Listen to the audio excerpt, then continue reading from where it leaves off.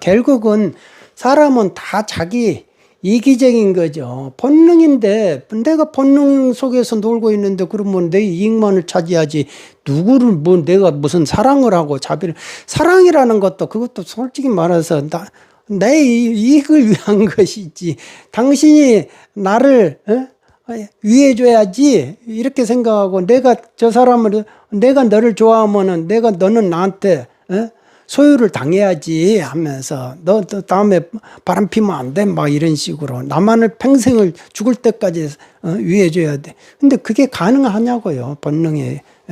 본능에 맞춰드린데 본능이 덩어리인데 구름이 이렇게 있다가도 구름이 이렇게 하늘을 뒤덮었어요. 뒤덮었는데 그게 평생 갈 것 같아도 순간이라니까 순간에 없어져 버린다니까요. 그러니까 알 수가 없어요. 사람 마음이라는 거는. 그러니까 본능에서 놀아봐야 그거 이 고통에서 저 고통으로 가는 거고 막 그런다 하잖아요. 그러다가 이제 백발 세고 죽고 그런다는 거 아닙니까? 그러니까 이게 유루분이라는 것도 그래요. 이게 생전 증여한 거를 누구한테 많이 줬어. 그러니까 성질 나는 거야. 성질 나는 거. 아니 유루분이라는 거는 아빠 힘내세요. 이거 어릴 때부터 탁탁탁 하면서 아빠가 또 집에 들어오시면 아빠 힘내세요 하면서 재롱 피우고 막 그런 그에 대한 대가를 보장해달라 이거예요. 그러니까 그래 그 보장해 줄게. 그래도 너희들이 어릴 때 그렇게 막 귀여운 재롱 피고 했으니까 그 어려운 30대 40대를 견뎌가지고 재산을 모았지 하면서 그 정도는 유루분을 인정을 해줘야 된다라는 게 이제 불문율이 된 거예요. 불문율이 됐는데 아니 그런데 그 중에서 자1이 있고 자2가 있고 자3이 있고 막 이러면 어느 한쪽에다가 이제 장남 같은 거면 뭐 얘기는 딸이면 아이 냅두고 이제 아들 이렇게 해가지고 생전 증여를 해준단 말이에요. 모르게 이렇게 해준단 말이에요.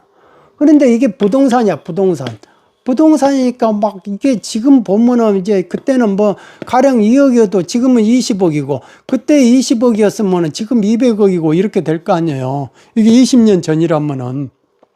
그러니까 가만히 안 있는 거죠. 그러니까 그래서 이 생전 증여 재산의 가치를 어떻게 산정을 하느냐, 증여 재산의 가치를 어떻게 산정을 하느냐, 이게 제일 중요해요.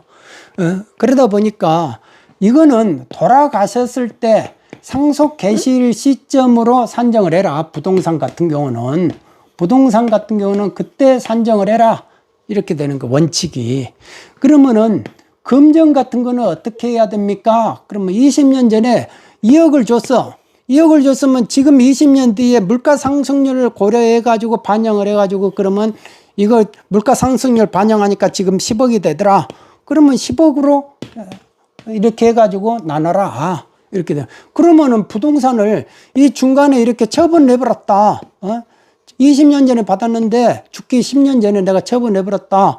그러면 그때 내가 20억이었다 하면은 20억을 기준으로 해가지고 물가 상승률 10년치를 죽을 때까지 10년을 반영을 해가지고 그러면 계산해라. 그러면 그게 40억이 나왔다. 그러면 40억 가지고 나눠 먹어라. 이렇게 되는 거죠.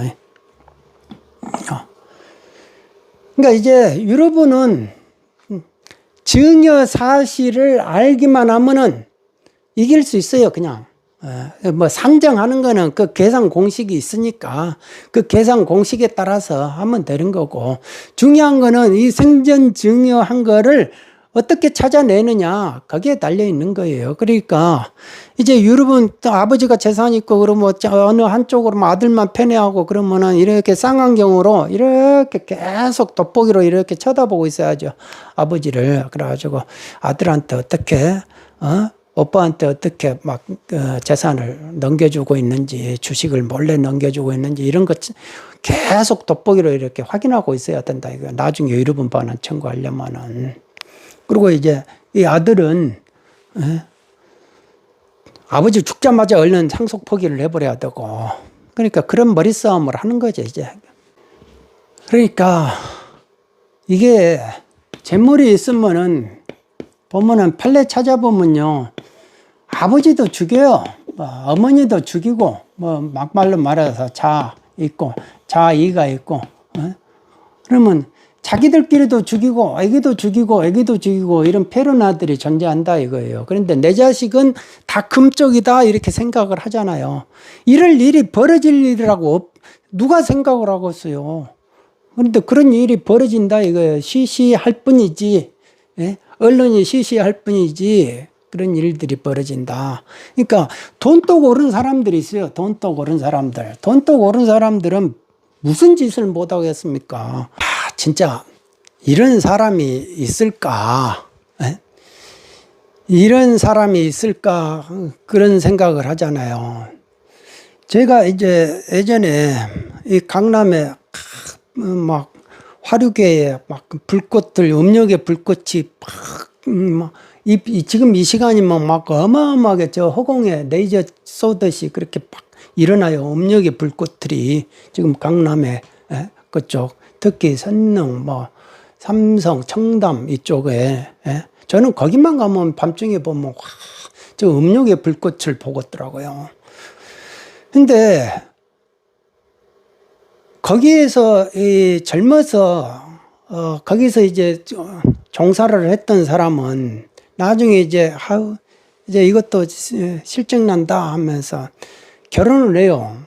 이제 분위기 바꾼다고 결혼을 하는데, 저녁 때 이제 자기 친구들은 계속 거기서 일하고 있잖아요. 그러니까 저녁에 전화를 해가지고 손님이 와가지고 야, 그 애 어딨니? 하면서 야, 한번 보고 싶다. 그럼 한번 부를까요? 이렇게 해가지고 부르면요.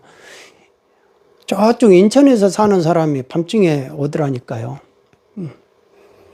그러면서 남편이 하고 이렇게 섹스하는 것이 아주 싫대요.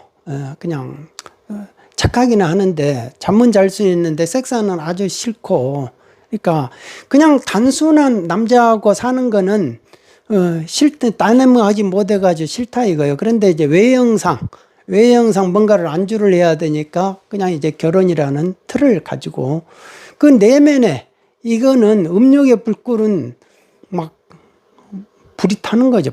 그거를 어떻게 꺼요.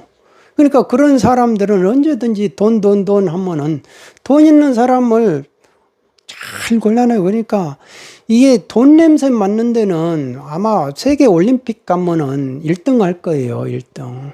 뭐 어떤 식으로 옷을 거지처럼 변장을 시키고 막 이런데 먹칠을 해가지고 초라하게 해가지고 하더라도 금방 구분해버려요.